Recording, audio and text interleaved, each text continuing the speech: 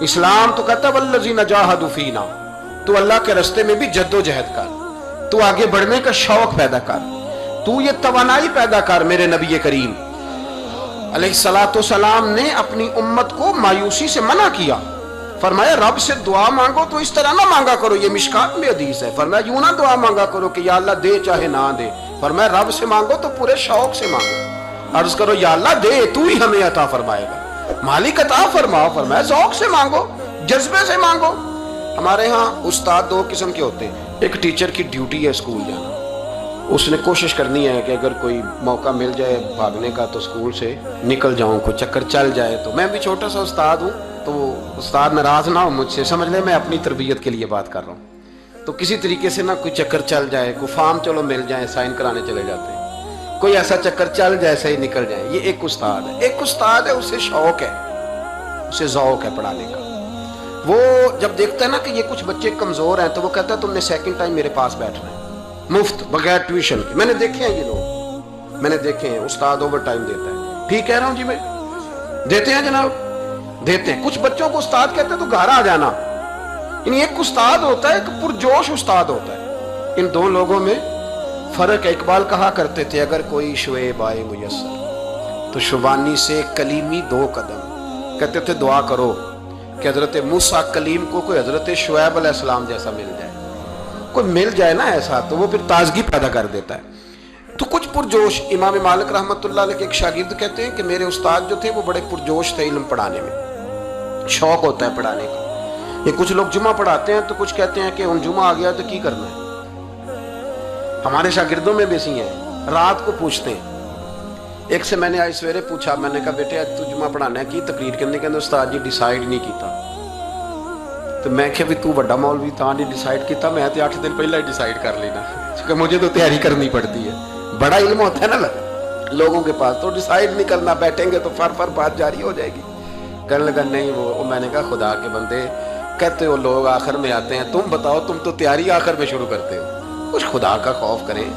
بھائی۔ ایک استاد ہوتا ہے ایک پرجوش۔ امام مالک کے شاگرد فرمانے لگے کہ ہمارے استاد پڑھانے میں بڑے باذوق تھے،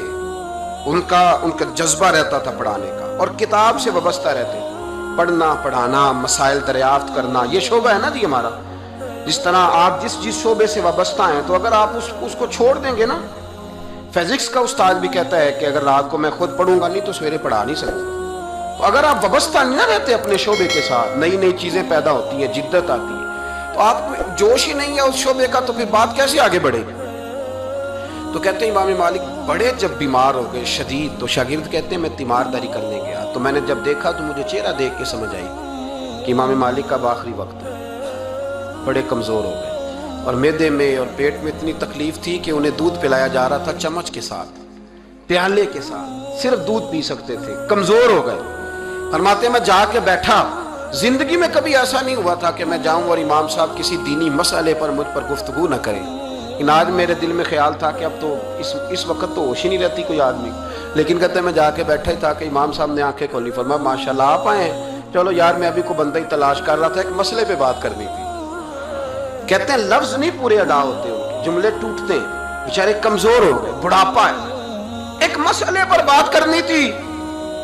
تو فرماتے ہیں کہ میرا دل نہ اتنا نرم ہوا کہ میرے آنسو بہہ گئے۔ میں نے کہا اس حال میں بھی استاد جی آپ کو دین کی فکر ہے؟ کہنے لگے یار ایک آدمی نے مسئلہ پوچھا ہے تو اس کو حل کر کے دینا ہے، یہ رسول اللہ کا دین ہے، علماء کی ذمہ داری ہے آسان کر کے لوگوں تک پہنچائیں، ہر آدمی اس تک تو میں نے وہ دینا ہے، یہ میری وفا ہے اپنے مذہب کے ساتھ، آخری دم تک دینا، میں اپنی حیاتی تو قربان تھی وہاں میری محمد پکیندے گزر گئی، یہ کرنا ہے کام، لوگوں کو آسان کر کے دین پہنچانا ہے۔ فرماتے ہیں کہ میں نے کہا استاد جی فرمائیں، کہنے لگے یار یہ حج کے موقع پر جو رمی جمار ہوتی ہے، جمرے کو شیطان کو کنکر مارے جاتے ہیں، پوچھنا یہ ہے کہ دونوں طرح سے سنت ہے، پیدل بھی مار سکتے ہیں سواری پہ بھی، تو یہ بتا کہ پیدل افضل ہے یا سواری پہ افضل ہے؟ تو کہتے ہیں میں نے کہا استاد جی میرا خیال ہے پیدل افضل ہے، لوگوں کو تکلیف کم ہوگی، تو کہنے لگے نہیں تو نے غلط کہا، کھانا نہیں کھایا جا رہا، لیکن اب استاد ہیں تو جوش کتنا ہے، فرمانے لگے تو نے غلط کہا۔ کہتے ہیں میں نے کہا پھر استاد جی سواری پہ افضل ہے اگر پیدل افضل نہیں، کہنے لگے نہیں تو نے پھر بھی غلط ہی کہا۔ کہتے ہیں میں نے کہا حضور دونوں طرح غلط ہے تو صحیح کیسے ہے؟ فرمانے لگے بیٹے اگر اس بڑھاپے میں بھی میں مسئلہ بتانے میں تیزی نہیں کرتا، تحقیق کرتا ہوں، تو تو نے جوانی میں تیزی کرنی شروع کر دی ہے، سوچے ہی نہیں بات کو، فٹافٹ بیان کر دی کہ اگر یہ نہیں تو یہ حکمت والا ہے، کو سمجھنا پڑتا ہے، حکمت کے ساتھ پھیلتا ہے۔ کہتے میں نے کہا استاد جی حکم کریں، پھر آپ بتائیں کیسے افضل ہے۔ فرمانے لگے مستحب ہے، اچھا عمل ہے کہ ایک شیطان کو کنکر مار کے تو دعا مانگی جائے، اور اتنی دیر مانگی جائے جتنی دیر میں انسان 20 آیات قرآن پاک کی پڑھ لیتا ہے، اور یہ مستحب عمل ہے، یعنی کرے تو ثواب ہے، نہ کرے تو گناہ نہیں۔ مستحب ہے کہ دوسرے کو کنکر مار کے پھر دعا مانگی جائے، تیسرے کو کنکر مار کے کھڑے نہیں ہونا، دعا مانگتے مانگتے چلے جائیں۔ تو فرمانے لگے مسئلہ سن، جس نے چونکہ مستحب ہے مانگے چاہے نہ مانگے، تو جس نے تو کنکر مار کے دعا مانگنی ہے نا، اس کے لیے افضل یہ ہے کہ وہ پیدل کنکر مارے، اور جس کا ارادہ دعا مانگنے کا نہیں نا، اس کے لیے افضل یہ ہے کہ وہ سواری پہ بیٹھ کے کنکر مارے۔ تو دونوں جہتیں بدل جائیں گی۔ فرماتے ہیں اس بڑھاپے اور کمزوری میں میں نے امام مالک کی وہ فقاہت دیکھی، اور فرماتے ہیں جب فارغ ہو کے نا امام مالک سے میں باہر نکلا، سلام لے کے میں دروازے پہ پہنچا تھا، ابھی کمرے کے دروازے پہ امام صاحب نے بلند آواز سے کلمہ پڑھا اور ان کی روح پرواز کر گئی، بلند آواز سے کلمہ پڑھا، روح پرواز کر گئی۔ اتنا دین کا جذبہ، شوق،